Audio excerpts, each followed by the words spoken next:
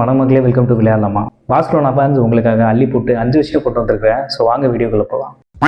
பார்சிலோனாவோட பிரசிடென்ட்டான லப்போர்ட்டா என்ன சொல்லியிருக்கிறாருன்னா, முன்னாடி பார்சிலோனாவோட financial standards ரொம்பவே கவலைக்கிடமான நிலையில இருந்துச்சு. நாங்கள் அதை இப்போ ரெக்டிஃபை பண்ணி பேக் டு நார்மல் கொண்டு வந்திருக்கோம். ஸோ இனிமே டிரான்ஸ்ஃபர்ஸ் எல்லாமே பாரபட்சமே இல்லாமல் கரெக்டாக நடக்கும். பார்சிலோனாக்கு ஒரு நியூ ஸ்டேடியமும் கட்டிக்கிட்டு இருக்கிறோம். கூடிய விரைவில் நல்ல ஸ்டேடியம் பார்சிலோனாக்கு வரும்னு சொல்லியிருக்கிறாரு. அதை தொடர்ந்து இப்போ எங்களோட மோட்டிவாக இருக்கிறது ரொனால்டோ அருஞ்சோவை சைன் பண்ணுறது அப்படின்னு சொன்னாங்க. சைன் பண்ணியிருக்கிறாங்க, நியூ கான்ட்ராக்ட் ப்ரொபோஸ் பண்ணியிருக்கிறாங்க. ஸோ ரொனால்டோ அருஞ்சோவையும் சைன் பண்ணியாச்சு. அதை தொடர்ந்து பார்சிலோனா இன்னைக்கு கோப்பா டெல் ரே அப்படின்ற கேம்ல ரியல் பெட்டிஸ்க்கு அகேன்ஸ்டா 5-1 அப்படின்னு சொல்லி வின் பண்ணியிருக்கிறாங்க. மேசிவ்ங்க.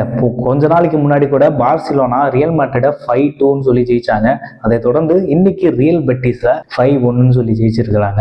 இதுல கோல் அடிச்ச ரஃபினியா ஒரு ரெக்கார்டுக்குள்ள போய் இருக்கிறாரு. அதாவது யூரோப்ல டாப் 5 லீக்ஸ்ல இருக்கிற டீம்ல யார் யாரெல்லாம் 20 கோல்ஸ் பிளஸ் அடிச்சிருக்கிறாங்க அப்படின்ற லிஸ்ட்ல மொத்தம் 6 பேர் தான் இருக்கிறாங்க. அந்த 6 பேர்ல பார்சிலோனா 2 பேர் வச்சிருக்கிறாங்க. ஒன்னு ரஃபினியா, another one is லெவன்டாவ்ஸ்கி.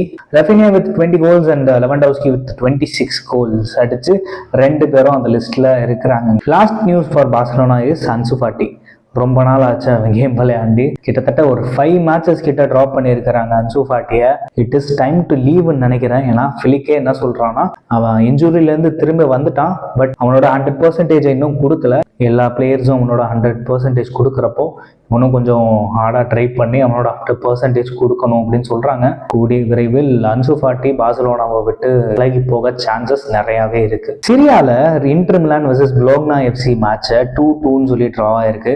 எந்த மாதிரி ரிஃப்ளெக்ட் ஆயிருக்குன்னா, இன்டர் மிலான் 19 மேட்சஸ் விளையாண்டு 44 பாயிண்ட்ஸோட செகண்ட் பிளேஸ்ல இருக்காங்க. ஸோ அடுத்த மேட்ச் ஜெயிச்சா அவங்க ஃபர்ஸ்ட் பிளேஸ்க்கு போக சான்சஸ் இருக்குது.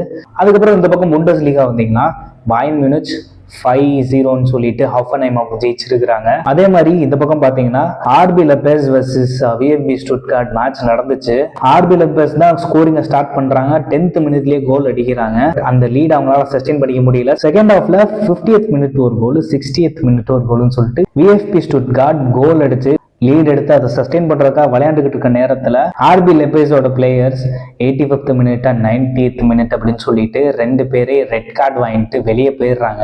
அதனால விஎஃப்பி ஸ்டுட்கார்ட் 2-1 சொல்லிட்டு இந்த மேட்சை ஜெயிக்கிறாங்க. ஸோ இன்னைக்கான நியூஸ் அவ்வளவுதான். நாளைக்கு ஒரு நல்ல வீடியோவோட உங்களை வந்து சந்திக்கிறேன். until then it's bye from விளையாடலாமா. ஸோ அதான் பிரதர், மேட்ச் எல்லாம் நல்லா இருந்துச்சு. மேட்சை முடிச்சிட்டானுங்க.